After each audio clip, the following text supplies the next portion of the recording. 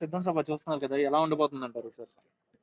సిద్ధం సభ చాలా సక్సెస్ అవుతుందండి. సిద్ధం సభ ఎలా ఉంటుంది అనేది కాదు, జగనన్న వస్తున్నాడంటే అక్కడ నాయకులు, కార్యకర్తలు, వైఎస్ఆర్ కుటుంబ సభ్యులు ప్రతి ఒక్కరూ ఆయన కోసం ఎదురు చూసేవాళ్ళు. సక్సెస్ అవుతుందండి, దానికంతా ఏం ఇది కాదండి సిద్ధం సభ అనేది. చంద్రబాబు నాయుడు, పవన్ కళ్యాణ్, బీజేపీ వీళ్ళందరూ పొత్తు పెట్టుకుని వస్తున్నారు కదా, బీజేపీ కూడా ఇప్పుడు కనెక్ట్ అయింది. సింహం అనేది సింగల్ లాగా వస్తుందండి, పందులే గుంపులుగా వస్తాయి.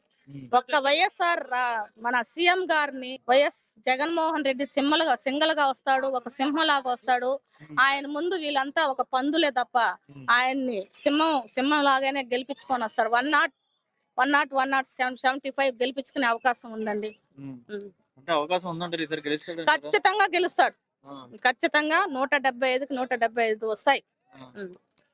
రాష్ట్ర వ్యాప్తంగా నిన్న సంక్షేమ పథకాలు పెట్టారు కదా, సోమరబోతులు అవుతున్నారు అంటారు కదా, సోమరబోతులు అవుతున్నారు. దేనికి సోమరబోతులు అవుతున్నారండి? గత ప్రభుత్వంలో ఎన్ని హామీలు ఇచ్చారండి, ఒక్కటి నెరవేర్చిన పాపం లేదు.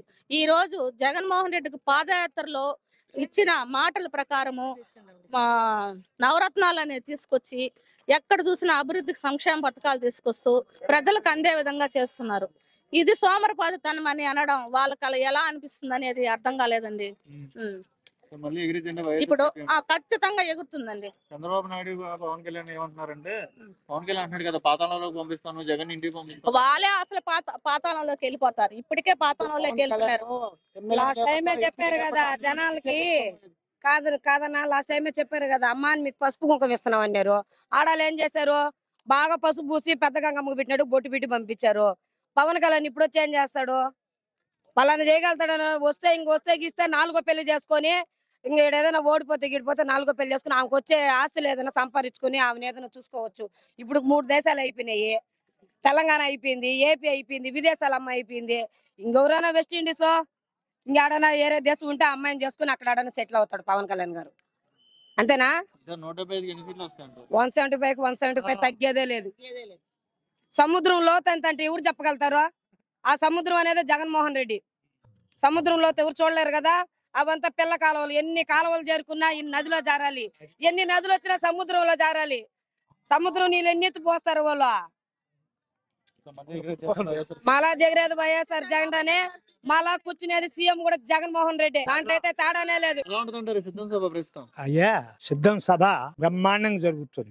అన్నింటికంటే ఈ జన ప్రవాహం మామూలుగా లేదు, అంతా ఇంతా కాదు. అనేక సంక్షేమ కార్యక్రమాలు అందరికి కూడా జీవనోపాధి కల్పిస్తున్నాయి. ఆ ఇల్లు లేదు, ఈ ఇల్లు లేదు, ఇంటికి ఏదో ఒక రూపేణ లాభపడ్డ వాళ్లే గాని ప్రతి వాళ్ళు కూడా ముందు ముఖ్యంగా ఈ కోటాది పెద్ద సమస్య అది తీసేశాడు. హాయిగా ఇంటింటికి సర్వ్ చేస్తున్నారు. తర్వాత రెండోది పెన్షన్, వృద్ధాప్య పెన్షన్, ఇంటిని డోర్ డెలివరీ, 4ంటికల్లా తాతయ్య అవ్వ లేవండి అని మంచి సంక్షేమ కార్యక్రమాలు ఏర్పాటు చేస్తారు. ఇటువంటి ఆయన కని విని ఎరుగని రీతిలో సీఎం గారు చేస్తున్నారు.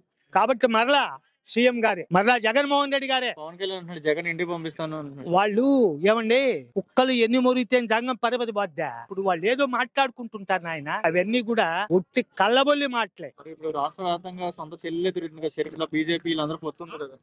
ఎన్నున్నా ఏమండి, ఎన్నున్నా జగనన్న ప్రభంజనం మరలా 30 సంవత్సరాలు 3 పర్యాయాలు మరలా సీఎం కావాలని మా ఆకాంక్ష. మల్లవరం మేము కోఆపరేటివ్ ట్రైనింగ్ చదివి పూర్తి చేసి వచ్చాం. అప్పుడు గవర్నమెంట్ మారింది, రామారావు గవర్నమెంట్ వచ్చింది. అందువల్ల సింగిల్ విండో సిస్టమ్ పెట్టారు. అందువల్ల మేము అసలు ఉద్యోగానికి అర్హత లేకుండా చేశారు అటువంటి మహానుభావుడు తెలుగుదేశం గవర్నమెంట్. చివరికి ఏదో చిన్నగా 10 మంది పిల్లలకి ట్యూషన్ చెప్పుకొని జీవనోపాధి కల్పిస్తుంది. అది నాయన పరిస్థితి. ఇప్పుడు జగన్ పరిపాలన వచ్చాక ఎలా అనిపిస్తుంది? సుపరిపాలన అయ్యా. అప్పుడు శ్రీకృష్ణదేవరాయలు పరిపాలించాడు, అట్లానే వీని కూడా ఆ విధంగా పరిపాలిస్తున్నారు సుభిక్షంగా. అంత స్వర్ణయుగం అది. ఇప్పుడు కూడా ఇది కూడా అందరికి కూడా జీవనోపాధి కల్పిస్తూ ప్రతి వాళ్ళ ఇంట్లో లాభపడినటువంటి వాళ్లే కానీ ఏమి లేదు. ఇంటికి ఎంతెంత వచ్చిందండి ఏమండి, విద్యాదీవన అయితేనేమి, తర్వాత వృద్ధాప్య పెన్షన్స్ అయితేనేమి, రైతు భరోసా అయితేనేమి, తర్వాత 45 ఏళ్ల అగ్రకులాల మహిళలకైతేమి, ఎస్సీ గాని, ఎస్టీ గాని, బీసీ గాని, అన్ని వర్గాల వారు, ఈబీసీ వాళ్ళు గాని చాలా లాభపడ్డారు. ఈయన్ని గుండెల్లో పెట్టుకొని పూజిస్తారు వైఎస్ జగన్ గారు. అంటారు సిద్ధం సభ. సిద్ధం గురించి మనం చెప్పడం కన్నా కూడా లైవ్ లో ఇది ఒక్కసారి ఇటు చూపించుకోండి, జూమ్ చేసుకోండి. ఇలా చూస్తేనే ఇంత జనం.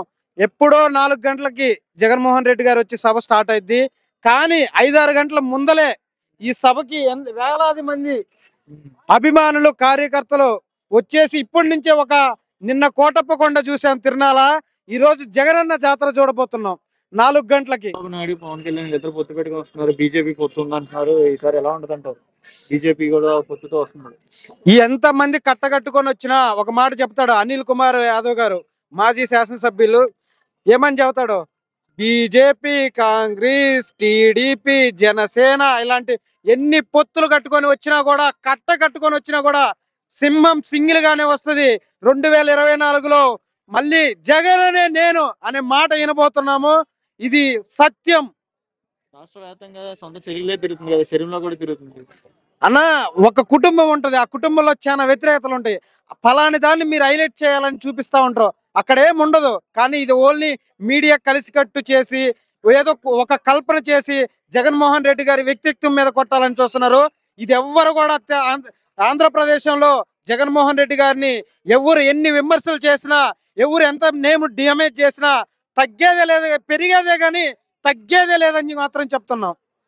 గెలిచే అవకాశం ఉండిద్ది అంటారా? గెలిచే అవకాశం ఉంటుందా కాదు, 100కి 200% 2024లో జగన్మోహన్ రెడ్డి గారు సీఎం గా ప్రమాణ స్వీకారం చేయబోతున్నాడు. జై జగన్.